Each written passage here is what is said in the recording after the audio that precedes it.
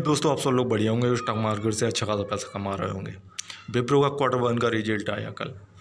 मैंने 2 हफ्तों पहले वीडियो बनाई थी जिस पर नॉर्मली मजाकिया जो थंबनेल था कि अगर आपको दिवाली पे पजारू चलानी है तो विप्रो का शेयर खरीद लीजिए। उसका कारण ये था कि आईटी सेक्टर की ज़रूरत पड़ने वाली निकट भविष्य में, देखिए हम जो भी लोग हैं चार्ट को एनालाइज करते हैं वो हमेशा टारगेट के बेस पे, दूसरा के आगे कंपनी की ज़रूरत कितनी है, बाज़ार को कंपनी की ज़रूरत कितनी है, इस बेस पे हमेशा चार्ट को एनालाइज करते हैं, फिर टारगेट देते हैं। ये ओपन था कि जो रिजल्ट है ठीक आएगा, बेहतर आएगा। पिछले 1.5 साल से कंपनी को जिस तरह से सप्रेस कर दिया गया था सिचुएशंस की वजह से, भले वो कोविड की सिचुएशंस रही हों या फिर कोई दूसरी सिचुएशंस रही हों, तो अभी रिजल्ट तो आना ठीक था, ये ज़रूरी था कि सही आए। नेट सेल इसकी 23.75% उठी हुई है। उसके बाद जो इंटरेस्ट है घटा हुआ है 42.57, और जो नेट प्रॉफिट जिसकी हमें सबसे ज़्यादा ज़रूरत होती है 35.65% उठा हुआ है। बस इसी चीज़ की ज़रूरत है, बाकी आप किसी चीज़ में जाएं ना जाएं, ये इतना तो कम जानना ज़रूरी है।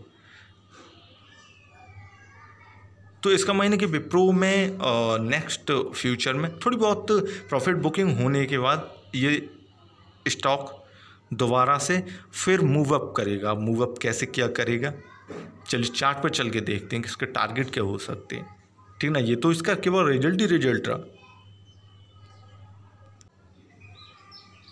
ये इसका मैक्सिमम प्राइस मूवमेंट है। जैसे 2002 से कंपनी ऊपर नीचे जो बिजनेस हो रहा था, धीमे धीमे ऊपर उठता नीचे चला जाता, ऊपर उठता नीचे चला जाता, स्टॉक कुछ इस तरह से ट्रेड कर रहा था। लेकिन 2020 के बाद से सारे स्टॉक्स में जिस तरह से तेज़ी आई है, सेंसेक्स में तेज़ी आई है, स्टॉक में भी तेज़ी आई है, उसका प्रॉफिट आपको मैंने दिखाई दिया। अब जब स्टॉक में तेज़ी आई है तो स्टॉक होल्डर्स हैं, उनकी वेल्थ में भी इजाफा हुआ है। अगर आपके पास स्टॉक नहीं है, ये शेयर नहीं है, तो ये आपके पास गलती है, ये गलत चीज़ है। आप आईटी की किसी मजबूत शेयर को ज़रूर पकड़ के रखें, और अगर आपके पास हैं तो आपको टारगेट और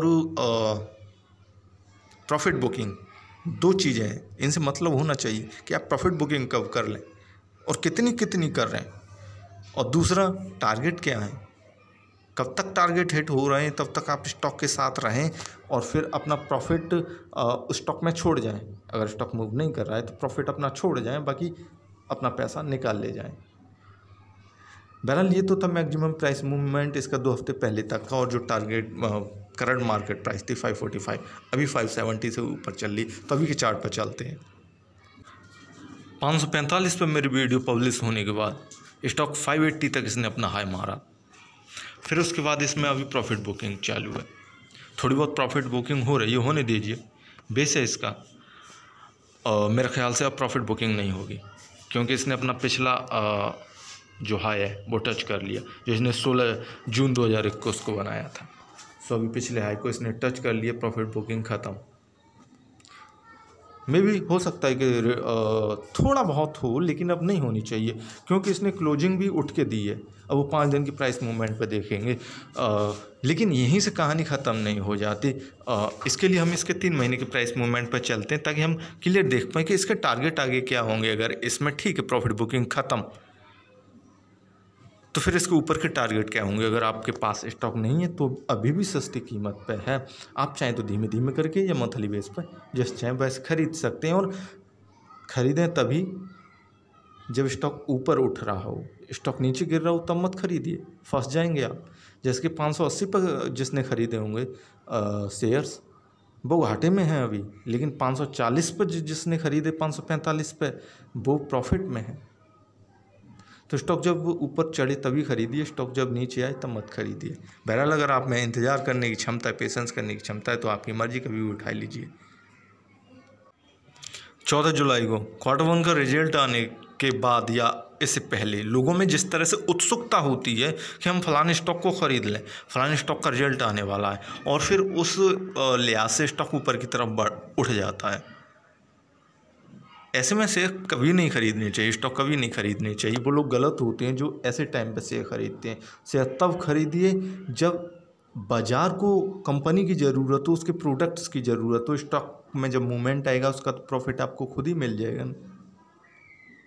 तो कुछ बेसिक चीज़ें हैं ये, आप समझ के रखिए। बहरहाल स्टॉक में मूवमेंट आए और उसके बाद स्टॉक ने जिस तरह से अपना हाई बनाया, और अभी थोड़ी सी जो प्रॉफिट बुकिंग हो रही है ये मंथली बेस पे है। इसने अभी ज़्यादा कुछ नीचे न गिरेगा, क्योंकि ये पिछले दो हाई अपने टच कर रहा है। अब एक यहाँ देखिए 17 जून का, एक ये देखिए 23 जून का, दो हाई अपने टच कर रहा है। और अब इसे इनके बाद ये नीचे गिरेगा भी नहीं। थोड़ा बहुत प्रॉफिट बुकिंग जैसे मैंने बोला कि हो सकता है, करीब 50-60 रुपये तक हो सकती है, अगर वहाँ पे आपको ख़रीदने का मौका मिले तो ठीक है, वरना इसके बाद अब ये स्टॉक ऊपर जाएगा। अब टारगेट इसके लिए क्या होंगे, आप सही जगह एंट्री लें, सबसे ज़्यादा महत्वपूर्ण यही होता है। और उसके लिए मैंने आपको बता दिया कि आप 50-60 रुपये की कीमत के आसपास अगर हो सके तो आप इसमें एंटर हो जाएं। अगर अपने रिस्क पे इस पर ऊपर से एंट्री लेते हैं तो वह आपके ऊपर है। मैक्सिमम प्राइस मूवमेंट पर चलते हैं।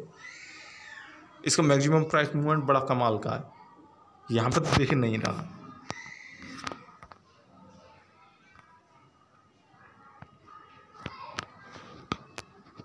स्टॉक काफ़ी तेज़ी के साथ अपने लाइफ टाइम हाई पे है। इसने 172 रुपये का जब मार्केट में फॉल आया था, 170-172 का ये घट के रह गया था। उसके बाद से इसमें कंटिन्यूस मूवमेंट चालू है, जैसे कि मैंने बताया कि खुद को डबल से भी ज़्यादा कर चुका है। अगर उस लिहाज से देखें, जुलाई के बाद से अब तक का जो इसका रिटर्न है वो देखें, लेकिन मार्च के बाद से देखें तो इसमें काफ़ी इजाफा हो चुका है। लेकिन ज़रूरत ये कि इसके अगले टारगेट क्या होंगे। जैसे कि मैं अगर आप यहाँ पे देखें 180 से 209, 20 रुपया, 20 रुपया का अंतर आया। 220 से 277 या 80, 60 रुपये का अंतर यहाँ पे आया, 20 रुपये का अंतर यहाँ पे आया। तो ऐसे करके स्टॉक मूवमेंट ऊपर की तरफ ही दे रहा है, और केवल 2 बार ही नीचे मंथली बेसिस पे ये गिरा है। एक तो 421 रुपये की कीमत फरवरी 2021 में, दूसरा अगस्त 2020 में। इसका मायने कि स्टॉक ऊपर ही जाएगा, फिलहाल तो कंटिन्यूस ऊपर जाएगा अगले 1.5-2 महीने तक। तो टारगेट है इसके 650 रुपये तक, 650 रुपये तक के टारगेट 625 आप मान के चल सकते हैं। अगर आप थोड़े रिस्की हैं तो 625, फिर 650, तो इस तरह से आप करके चल सकते हैं। लेकिन 650 तक के टारगेट हो सकता है कि ये स्टॉक अचीव कर ले। तो स्टॉक में बने रहिए, और कोई भी क्वेरी हो तो आप मुझे फ़ोन करके बता सकते हैं। थैंक यू वीडियो देखने के लिए।